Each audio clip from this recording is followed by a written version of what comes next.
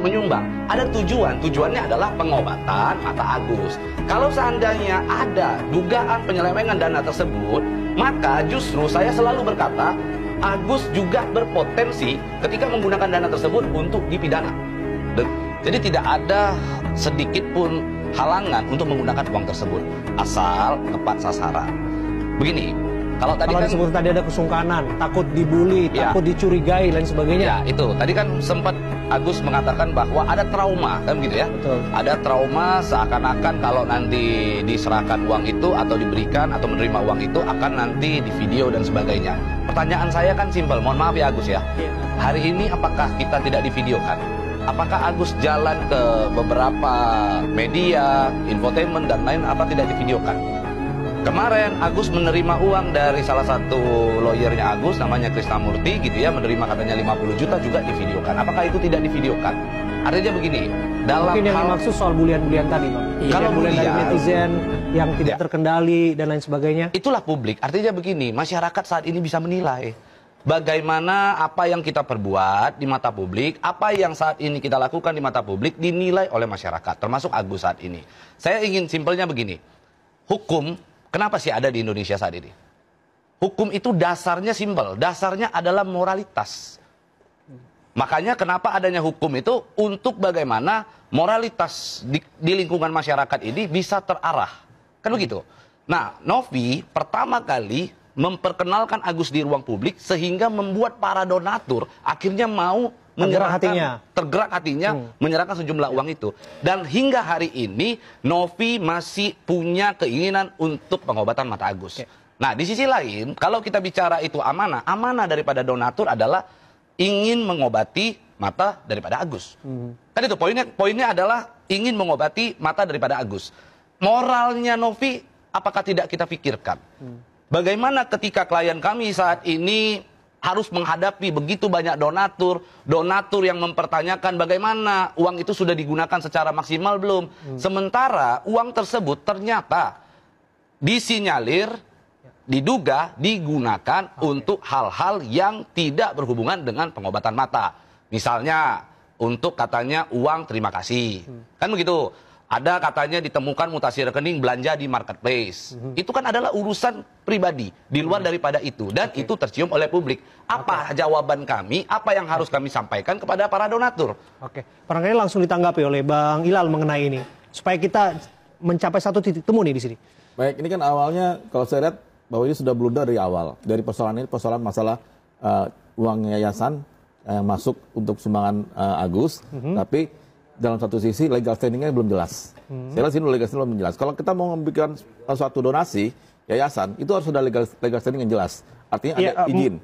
Ada izin. Anda mempertanyakan legal standing dari yayasan yang dimaksud? Yayasan yang maksud, betul. Kalau ini kan sekarang gini, ini kan awal kan yang dilakukan ini kan dalam bentuk podcast. Podcastnya akhirnya terjadilah donasi yang diterima oleh Novi, ada berupa cash, ada berupa transfer ya, betul Agus ya. Iya, nah setelah itu diserahkan kepada Agus, belum masuk ke podcastnya Densu ya. Nah, itu diserahkan ada bentuk cash berapa Gus? 15 juta dan bentuk cash itu kalau dari Teknopik dari yayasan itu ada totalnya 23 juta, itu terbagi-bagi, ada yayasan sebagian, terus ada yang ngasih cash ke Teknopinya. Nah, itu. Terus di rekening Agus itu ada 12 juta sekian-sekian. Jadi totalnya 35 juta. Itu kan awal permulaan. Nah, setelah itu persoalan belum ada tuh, belum muncul di publik. Nah, setelah itu baru ada podcastnya dari Densu, Denis Sumargo. Nah, disitulah mulai ada pertanyaan dari Densu ya kepada Agus, pada Novi juga, apakah ini dimasukkan dalam rekening yayasan atau dalam rekening Agus pribadi? Ada seperti itu. Itu ada, kita tidak punya buktinya juga. Nah, akhirnya di situ terjadilah percakapan, ya sudah masukin ke rekeningnya Agus saja. Sepakatan ya. Nah, akhirnya masuk ke rekening Agus. Mungkin di dalam pikirannya Novi, di dalam luar dugaan itu, mungkin yang disumbang itu butuh banyak. Itu mulai dari Densu sampai kurang lebih 1,5 miliar ya. Iya, hampir 1,5 miliar. 1,5 miliar lah gitu ya. Nah, itu kan sudah mulai banyak. Nah, disitulah yang saya lihat bahwa penerima donasi itu yang cukup banyak, yang mungkin Novi ini kaget, nah sehingga uang ini dipikirnya ini untuk apa? Karena itu udah haknya Agus. Agus sudah dikirim ke rekeningnya. Jadi tidak bisa semena-mena dari pihak kuasa hukumnya Novi untuk mengambil lagi uang tersebut. Nggak bisa itu. Saya garis bawahi soal main-mainan. Jadi ini dasar Anda untuk melaporkan dugaan tindak pidana pemerasan terhadap Agus yang diduga dilakukan oleh terlapor Novi. Betul.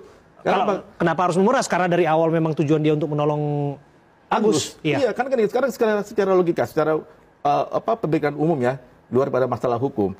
Orang udah kasih dana, udah dikirim ke rekeningnya Agus, udah ada kesepakatan. Nah setelah sudah masuk semuanya dana tersebut ke Agus, apakah itu harus wajib diambil oleh yayasan? Tidak bisa. Kalau yang disebutkan tadi soal tanggung jawab moral dan lain sebagainya. Nah sekarang begini, sekarang kan sudah tahu bentuk podcast tersebut adalah untuk tujuan pengobatan mata Agus. Nah kalau sudah tujuan ke sana, berarti kan donasi itu, donatur itu untuk mengobati Agus. Tapi karena dia sudah masuk ke rekeningnya Agus, ya tidak perlu tanya lagi harus dibeli ini, beli itu, nggak perlu untuk pakai untuk pengobatan. Ini kan semua kan orang memberikan donasi itu kan secara sukarela, sudah ikhlas. Masa orang sudah ikhlas ditanyakan untuk keperluan apa? Kan tidak ada dalam pertanyaan seperti itu. Tapi di sini ada juga ternyata baru di sini ada beberapa saya baru tahu yang kalau ada korbannya itu para donatur. Betul donatur apa yang dirugikan? Ya, saya juga justru baru tahu dari sini juga sebetulnya yang juga mempertanyakan itu. Bang Pablo. Ya, jadi sebenarnya dari jawaban rekan saya Ilal ini sebenarnya sudah menjawab semuanya. Tadi awal Bro Ilal sampaikan bahwa legal standing daripada adanya donasi tersebut ya, tadi dipertanyakan kan. Izinnya juga belum jelas kan begitu. Artinya kalau kita merujuk kepada Permensos nomor 8 tahun 2021 pasal 3 di mana di sana jelas kegiatan penyelenggara PUB hanya bisa dilakukan oleh masyarakat melalui organisasi kemasyarakatan yang memiliki badan hukum. Nah, hal itu tentunya merujuk pada yayasan ataupun perkumpulan. Kan begitu, itu dijelaskan di sana.